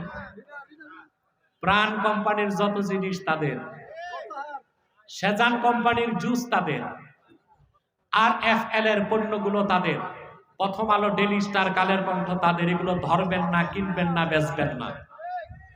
আপনাদের চেয়ে বেশি দোষ আমার দেশের কিছু মৌলবীর। কেন বলে দিচ্ছি। বিভিন্ন মিডিয়া, তোমাদের কান খোলো, তোমাদেরকে শোনাচ্ছি বেশি করে। তোমাদেরকে টেলিভিশনে দেখবেন কিছু প্রোগ্রাম হয় কারীদের, হাফেজদের, হয় না? সবচেয়ে দুঃখ লাগে ওই প্রোগ্রামে দেখা যায় RFL, প্রাণ, তাদের অ্যাডভার্টাইজ চলে। ধিক্কার জানাই ওই সব মৌলবীদেরকে। তোমরা জাতিকে ধোঁকা দিচ্ছ। তোমরাই মানুষকে বলো RFL, প্রাণের পণ্য বর্জন করতে, আর তোমাদের অনুষ্ঠানে তাদের অ্যাডভার্টাইজ হয়। এইটা কোনো আলেমের কাজ না, জালেমের কাজ। এগুলো সংশোধন করো, নতুবা তোমাদের বিরুদ্ধে মুখ খুলতে বাধ্য হবো আমরা। কে আমার পক্ষে, কে বিপক্ষে, এটা দেখার সময় আমার নাই। যা সত্য কওমের পক্ষে বলতে হবে তা আমি বলে যাব। তাহলে শয়তান কাদিয়ানীদের পণ্যগুলো ধরবেন না, কিনবেন না, বেচবেন না, রাজি আছেন? আরেকটা অমুসলিম সম্প্রদায় আমাদের পিছন দিক দিয়ে ছুরি মারতেছে, ঈসাই জামাত, খ্রিস্টানদের একটা দল 1975 সালে ভ্যাটিকান সিটি থেকে পোপের অনুমতি নিয়ে বাংলাদেশে ঢুকছে। তারা লেবাস চেঞ্জ করছে, তারা মানুষকে খ্রিস্টান বানায়, বলে ভাই তুমিও তো মুসলমান, ঈসাই মুসলমান। বলে তার মানে, বলে তুমি ঈসার উম্মত মুসলমান। ঈসার উম্মত মুসলমান না খ্রিস্টান? এই পর্যন্ত আমাদের সংগঠনের তথ্য মতে 2.5 লক্ষ পরিবারকে তারা খ্রিস্টান বানাইছে। তাদের মাস্টার প্ল্যান হচ্ছে 2050 সালের মধ্যে তারা এত খ্রিস্টান বানাবে যে পার্বত্য চট্টগ্রামকে তারা আলাদা করে একটা খ্রিস্টান রাষ্ট্র বানাবে। আমরা কিন্তু চুপচাপ ঘুমায় আছি। তারা আমাদের দিনেরও শত্রু, আমাদেরও শত্রু, দেশেরও শত্রু। তৃতীয় আর একটা ভণ্ড ফেরকা আছে, হিজবুত তাওহীদ। এটা হিজবুত তাওহীদ না, হিজবুত শয়তান। আপনারা দেখছেন গত 7 অক্টোবর 23 সালে হামাস প্রথম হামলা করছে ইসরায়েলে, শুনছেন না? ওই হামলাতে ইসরায়েলের 20 দাঁত ভেঙে দিছে। তখন এই হিজবুত তাওহীদ হামাসের বিরোধিতা করছে, ইসরায়েলের পক্ষ নিয়েছে। আর এখন 6 মাসে 30,000 মুসলমানকে হত্যা করছে ইসরায়েল, তার মধ্যে 14,000 শিশু। কিন্তু হিজবুত তাওহীদ ইহুদিদের বিরুদ্ধে একটা কথাও বলতেছে না। তাতে বোঝা যাচ্ছে তারা ইহুদিদের সোল্ড এজেন্ট। এই হিজবুত তাওহীদ থেকে দূরে থাকবেন, পারবেন ইনশাআল্লাহ? আসুন আমরা মুনাজাতের প্রস্তুতি নেই। আমাদের ভাই, আপনাদের প্রাণপ্রিয় শায়েখ আল্লামা ফকির নেহাল আহমদ আতিকি পীর সাহেব জনপুরি অসুস্থতার কারণে আসেন নাই, কিন্তু উনি তার ভাই পীরে কামেল ফকির আব্দুল হাই আতিকি জনপুরিকে পাঠিয়েছেন, আলহামদুলিল্লাহ। তো দোয়া করবেন খাসভাবে। আমি শুনেছি নেহাল আহমদ আতিকি সাহেব কালকে চলে যাচ্ছেন জনপুর, এবং মাওলানা আব্দুল হাই সাহেব জনপুরিও চলে যাচ্ছেন। তো তাদের জন্য দোয়া করবেন, আর খাস দোয়া করবেন আবার যেন আগামী বছর আসতে পারে। আমাদের বংশের মুরব্বী ছিলেন মাওলানা জামাল আহমদ আতিকি রহমতুল্লাহ। আমি খুব কাছ থেকে দেখছি সাজা, কচুয়া, মতলব, পিতাম্বরদী, সুয়ারুল, এইসব এলাকার মানুষকে তিনি তার সন্তানের মতো ভালোবাসতেন। জীবনটাই কাটায় গেছেন আপনাদের মায়ায়, আপনাদের মহব্বতে, ঠিক না? আপনাদের সুখে সুখী হয়েছে, আপনাদের দুঃখে দুঃখী হয়েছে।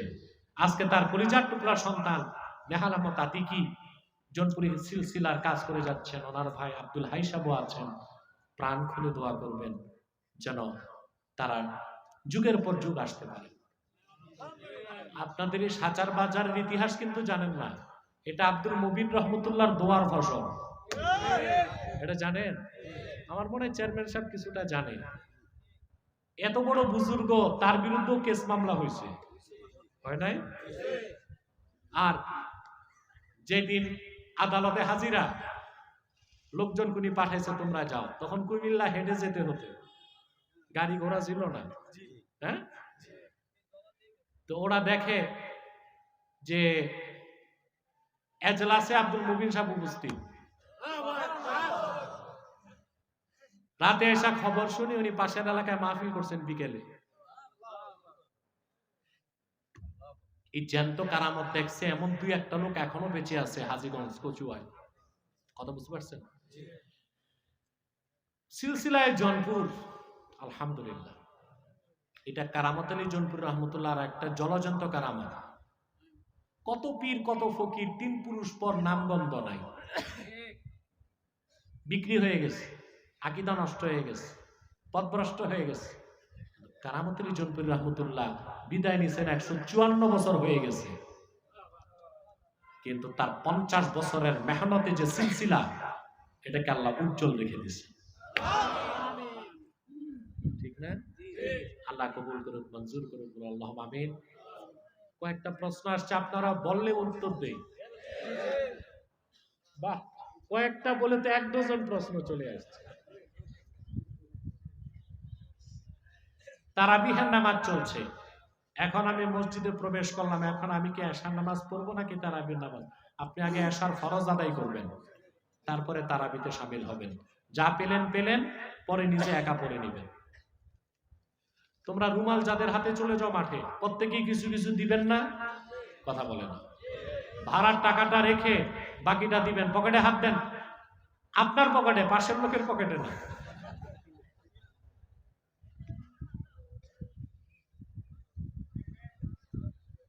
যোহর নামাজের সময় ইমাম সাহেব উচ্চ স্বরে কোরআন তেলাওয়াত করে না কেন? জানার জন্য। এভাবেই আল্লাহর হুকুম, এভাবেই আল্লাহর হাবিব সাল্লাল্লাহু আলাইহি ওয়াসাল্লামের নির্দেশ। বিশেষ করে একটা কারণ এটাও পাওয়া যায় যে মুনাফিকরা, অন্যান্য কাফেররা দিনের বেলা তো সজাগ থাকতো, তো জোরে জেহরি ভাবে তেলাওয়াত করলে তাদের কানে আওয়াজ যাবে, তারা ডিস্টার্ব করতে পারে, এরকম কিছু কারণ মুহাদ্দিসগণ বলেছেন। কিন্তু জবাব একটাই, এভাবেই আল্লাহর হুকুম, এভাবেই আল্লাহর হাবিবের সুন্নাহ।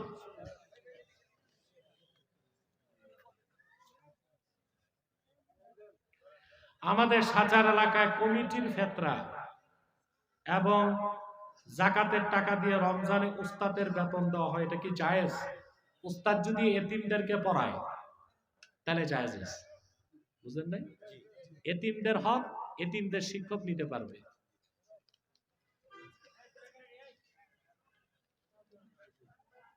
মসজিদে পুরুষ এবং মহিলা নামাজ আদায় করতে পারবে, তবে মাঝখানে পর্দা থাকবে। আপনি নতুন ফেতনা চালু করার দরকার কি? মহিলারা ঘরে আছে, ঘরে থাক। মহিলা যদি আবার মসজিদে আনেন, একসময় ওরা বলবে সমান অধিকার, ইমামতি আমরাও করব, তখন যাবেন কই?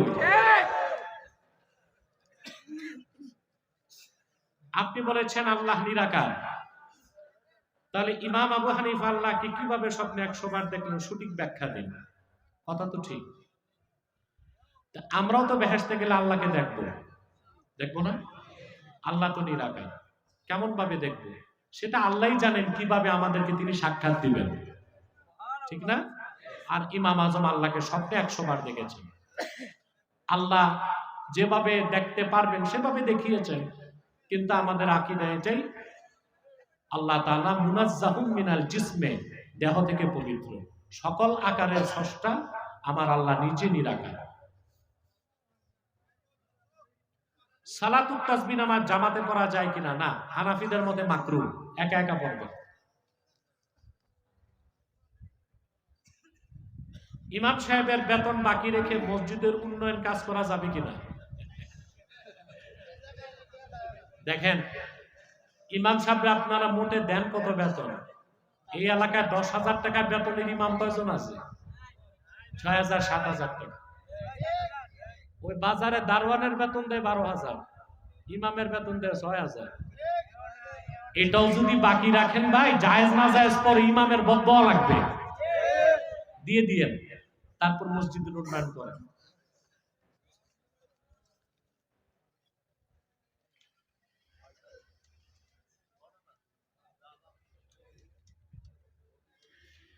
রাসূলুল্লাহ সাল্লাল্লাহু আলাইহি ওয়াসাল্লামের বেলায় বলতে হয় আসসালামু আলাইকা ইয়া রাসূলুল্লাহ, আর আমাদের ক্ষেত্রে বহুবচন, নবীজির ক্ষেত্রে একবচন কেন? হ্যাঁ, আমি একা আছি, আমাকে সালাম আসসালামু আলাইকা বলেন না, আসসালামু আলাইকুম বলেন। এটা 2টা কারণ। বহুবচন ব্যবহার করা হয় সম্মানের জন্য। কিসের জন্য? আর আমাকে একা সালাম দেন না, আমার সাথে ফেরেশতা আছে। কিন্তু আল্লাহর হাবিবের বিষয়টা সবকিছুর ঊর্ধ্বে, ওনার জন্য সালামটা খাস, এজন্য আসসালামু আলাইকা ইয়া রাসূলুল্লাহ বলা হয়। এটা কি বর্তমান পৃথিবীতে 800 কোটি মানুষ আছে, প্রকৃত মুসলিম 100 কোটি হয় কিনা সন্দেহ আছে, বাকি 700 কোটি মানুষ জাহান্নামে বলা যায়, এরকম অবস্থা প্রত্যেক যুগে ছিল। তাহলে কি মানুষ সৃষ্টি হয়েছে জাহান্নামের শাস্তি ভোগ করার জন্য? নফসের তাড়নায়, শয়তানের ওয়াসওয়াসায়, দুনিয়াবী ধ্যান ধারণার চক্রান্তে পড়ে মানুষ জাহান্নামে যেতে কি বাধ্য নয়? দেখুন, আল্লাহ কোরআন শরীফে বলে দিয়েছেন, লাকাদ হাক্কাল কাওলু আলা আকসারিহিম লা ইউমিনুন। এটি চূড়ান্ত সত্য, যদি সংখ্যক লোক ঈমান আনবে না। যে ঈমান আনবে না, এর জন্য সে নিজেই দায়ী। অতএব সংখ্যা বেশি হলো কি কম হলো তা দেখার কোনো সুযোগ নাই। আমি যে মুমিন হতে পেরেছি, এটা আমার সৌভাগ্য, আল্লাহর বিশেষ দয়া, ঠিক কিনা? তাহরিকে খাদ্যনবাদ বাংলাদেশ বড় কৃষ্ণপুর শাখা চান্দিনা কুমিল্লার সদস্যগণ দোয়ার চেয়েছে। হাবিব ভুইয়া, সানাউল্লাহ খান, আব্দুল্লাহ পাটোয়ারি, বেল্লাল প্রধান, এমদাদ ভুইয়া, রেদওয়ান পাটোয়ারি, কাজী শরীফ, দাউদকান্দির তিতাসের, ওরাও এসেছে, আলমগীর, মোহন, আরো অনেকে আছে, ওবায়দুল্লাহ আছে, তাদের জন্য দোয়া করবেন। আর চেয়ারম্যান সাহেব সর্বাত্মক সহযোগিতা করেন, এটা আমি জানি। সাচার মাহফিল হলে আলহামদুলিল্লাহ সব সময় থাকেন। আর জনপুরি খানদানের প্রতি খুবই দুর্বল, হযরত মাওলানা জামাল আহমদ আদিকি রহমতুল্লাহ সন্তানের মতো সবসময় থাকে, আমি তো দোয়া করবই তার জন্য। পাশাপাশি মাহফিলের জন্য যারা পরিশ্রম করেছে, এখানে ফারুকের সাথে একটা টিম কাজ করে আমাদের সংগঠনে, তাদের সবার জন্য দোয়া করবেন। আমাদের গ্রামে এক সমাজে 5 ফুট দূরত্বে দুটি জামে মসজিদ পাশাপাশি রয়েছে। এক মসজিদের ইমাম কেরাত পাঠ করলে অন্য মসজিদে শোনা যায়। এমতাবস্থায় নামাজ করণীয় কি? ঈদের জামাত একই সময় 2 মসজিদে হচ্ছে, মসজিদ দুইটাই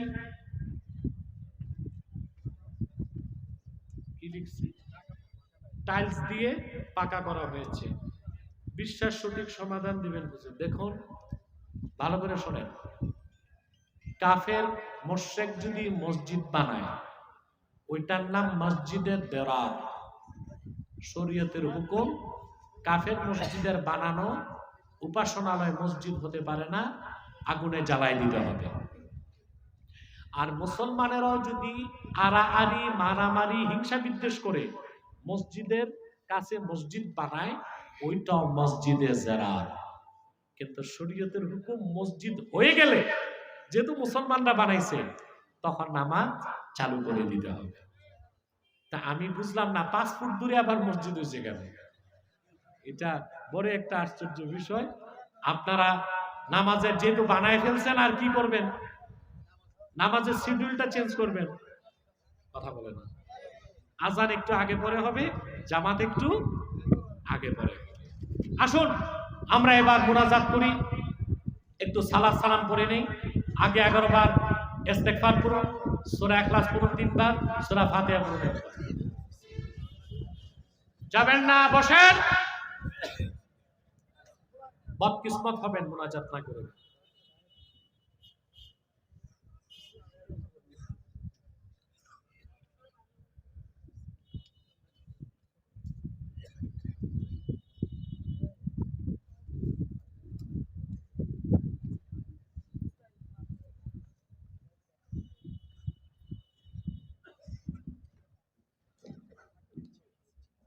পড়েন, ইস্তেগফার করেন।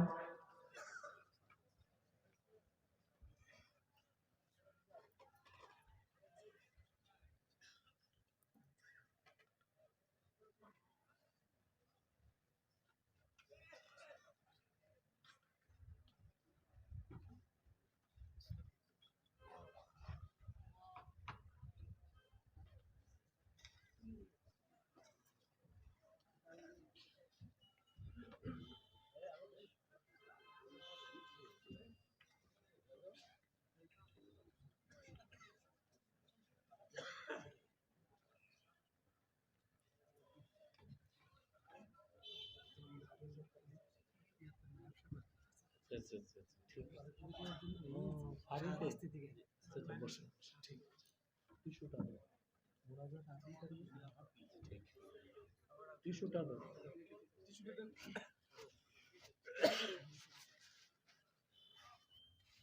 আস্তাগফিরুল্লাহ রাব্বি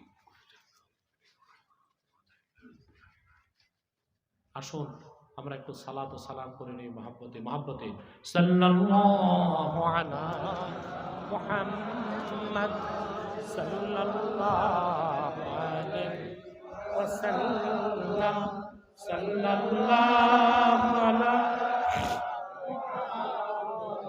সাল্লাল্লাহু আলাইহি ইয়া নবী সালাম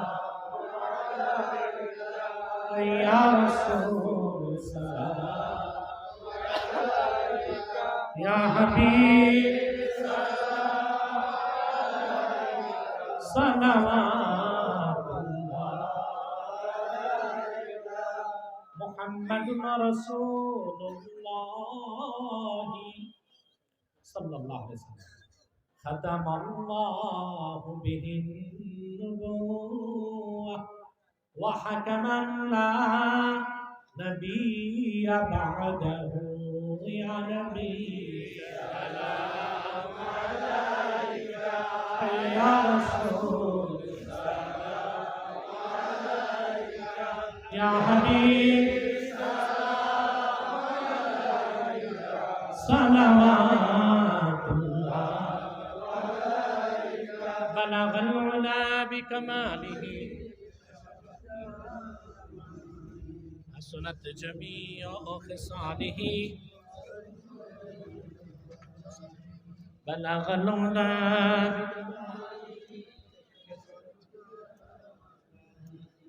ربنا ظلمنا أنفسنا وإن لم تغفر لنا وترحمنا لنكونن من الخاسرين আল্লাহ তাআলা তাহরিকে খাতমে নবুয়ত বাংলাদেশ সাচার শাখার উদ্যোগে আয়োজিত আজকের এই মাহফিলে গভীর রাতে তোমার হাজার হাজার নেককার বান্দা পর্দার আড়ালের মা বোন নিয়ে হাত তুলেছি। এতগুলো মানুষের মধ্যে যার দুটো হাত তোমার ভালো লাগে আল্লাহ, তার দুটো হাতের বিনিময়ে আমাদের জিন্দেগীর সব গুনাহ খাতা তুমি মাফ করে দাও রব্বুল আলামিন। হৃদয়ের গভীর থেকে দোয়া করি আল্লাহ, তোমার আখিরি নবী নূর নবীজি আমার মুহাম্মদ সাল্লাল্লাহু আলাইহি ওয়াসাল্লাম আজ থেকে ১৫০০ বছর আগে দুনিয়া থেকে বিদায় নিয়েছেন। হায়াতুন নবী হিসেবে জান্নাতুল ফেরদাউস রওজা মুবারকে বিশ্রাম নিয়েছেন। জীবনে একবার তোমার আখিরি নবী নূর নবীজি আমার মুহাম্মদ সাল্লাল্লাহু আলাইহি ওয়াসাল্লামের জান্নাতুল ফেরদাউস রওজা মুবারকে উপস্থিত হয়ে গো আল্লাহ তোমার হাবিবের নূরের কদমে দরুদ ও সালামের হাদিয়া দেবার আগে আল্লাহ তুমি ডাক দিও না রব্বুল আলামিন। একবার বা একাধিকবার যারা সোনার মদিনায় নূরের মদিনায় যেতে পেরেছি, জীবনে বারবার তোমার আখিরি নবী নূর নবীজি আমার মুহাম্মদ সাল্লাল্লাহু আলাইহি ওয়াসাল্লামের নূরের শহর মদিনাতুল মুনাওয়ারা জিয়ারতের জন্য তাদের কপালটা খুলে দাও। হৃদয়ের গভীর থেকে দোয়া করি আল্লাহ, তোমার আখিরি নবী নূর নবীজি আমার মুহাম্মদ সাল্লাল্লাহু আলাইহি ওয়াসাল্লামের নূরের চেহারা মোবারক স্বপ্নে একবার দেখে গো আল্লাহ জান্নাত ওয়াজিব হবার আগে তুমি ডাক দিও না। একবার বা একাধিকবার যারা তোমার আখিরি নবী নূর নবীজি আমার মুহাম্মদ সাল্লাল্লাহু আলাইহি ওয়াসাল্লামের নূরের চেহারা মোবারক স্বপ্নে দেখার সৌভাগ্য লাভ করেছে আল্লাহ, জীবনে বারবার দেখার জন্য তাদের কপালটা তুমি জান্নাতি কপাল বানায় দাও আল্লাহ। আমাদের অনেকের বাবা নাই, অনেকের মা নাই, অনেকের বাবা মা একজনও নাই। যত মানুষের বাবা মা দুনিয়া থেকে বিদায় নিয়ে অন্ধকার কবরে চলে গেছে আল্লাহ, সকল মুসলমান বাবা মার কবরকে আল্লাহ তুমি দয়া করে জান্নাতের বাগান বানায় দাও। রব্বুল আলামিন, গুনার বোঝা কাঁধে করে হাত তুলেছি, তোমার কৃতজ্ঞতা আদায় করার কোনো ভাষা নাই। ঝড় তুফান বৃষ্টি বাদলের দিন বৃষ্টি দিয়া তুমি আমাদের মনটা খারাপ করো নাই, তুমি ইনসাফ না করে এহসান করেছো আল্লাহ। তোমার কৃতজ্ঞতা আদায় করার কোনো ভাষা নাই। আলোচনার শুরুতেই তোমার বান্দাদেরকে প্রলোভন দিয়েছিলাম, মুনাজাত করে গুনাহ মাফ করে বাড়ি যাব। কোন কারণে যদি আজ আমার দোয়া কবুল না হয়, আল্লাহ কালকে আমাদের দিন তোমার বান্দাদেরকে চেহারা দেখাবার সুযোগ থাকবে না। দয়া করে মায়া করে তোমার হাবিবের উম্মত শুধু একটি কারণে আমি সবার জীবনের গুনাহ মাফ করে আমাদের নামগুলো তোমার ওলির খাতায় উঠায় দাও। রব্বুল আলামিন, এই মাহফিলের জন্য যারা ধন দিয়েছে, মন দিয়ে যারা খেটেছে, নৈতিক সমর্থন দিয়েছে, আইনি সহায়তা দিয়েছে, বুদ্ধিবৃত্তিক সহযোগিতা করেছে, ধনে আর মনে এত সুন্দর মাহফিল যারা উপহার দিয়েছে সাচারবাসীকে, আমি তাদের প্রত্যেককে তোমার দিনের সৈনিক হিসেবে কবুল করে নাও। সবার ঈমানকে মজবুত করে দাও, ধন সম্পদে বরকত দাও, আওলাদে বরকত দাও, হায়াত লম্বা করে দাও, জীবনের গুনাহ মাফ করে দাও। সাজার এই ঐতিহ্যবাহী বাজারকে ঝড় থেকে, তুফান থেকে, আগুন থেকে, বৃষ্টি থেকে, শর্ট সার্কিট থেকে, চুরি ডাকাতি আর সকল ধরনের অবক্ষয় থেকে রক্ষা করো। আল্লাহ তাআলা আমাদের মুশকিলাত গুলোকে আসান করে দাও, নেক হাজাত ও চাহাতকে কবুল করে নাও। পর্দার আড়ালে আমার মা বোন যারা হাত তুলে বসে আছেন, আল্লাহ দয়া করে মা বোনদের মনের দুঃখ কষ্ট সব দূর করে দাও। তাদের প্রত্যেককে এক একটি সোনার সংসার হাদিয়া করে দাও। ভাইরা আমার, একটি মিনিট সময় ছেড়ে দিলাম, চক্ষুটা বন্ধ করুন, দিলটা নরম করুন, মাথাটা নত করুন। আল্লাহর আখিরি নবী নূর নবীজি আমার মুহাম্মদ সাল্লাল্লাহু আলাইহি সাল্লামের ওসিলা ধরে আল্লাহর কাছে চান, যা চাইবেন তাই কবুল হয়ে যাবে। যদি পারেন ভাইয়েরা, সারা জীবনের গুনার কথা মনে করে মুনাজাতে আমার আল্লাহর কাছে আত্মসমর্পণ করে 2 ফোঁটা চোখের পানি ছেড়ে দেন, শিশুর মতো নিষ্পাপ হয়ে যাবেন, আল্লাহর ওলির খাতায় নাম উঠে যাবে।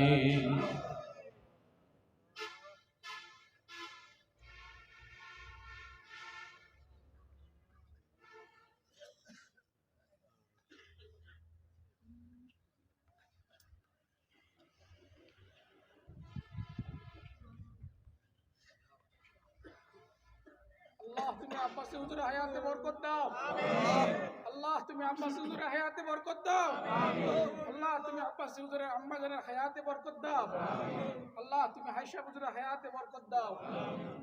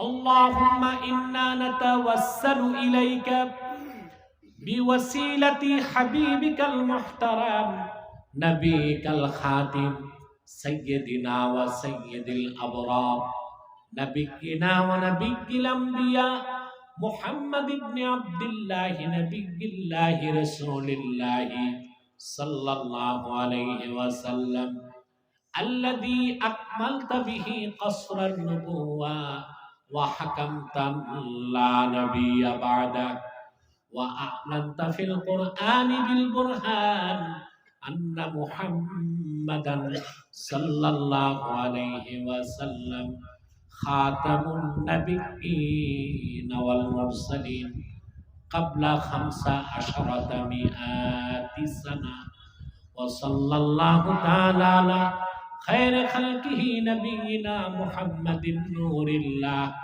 وعلى آله وأصحابه أجمعين برحمتك يا أرحم الراحمين. السلام عليكم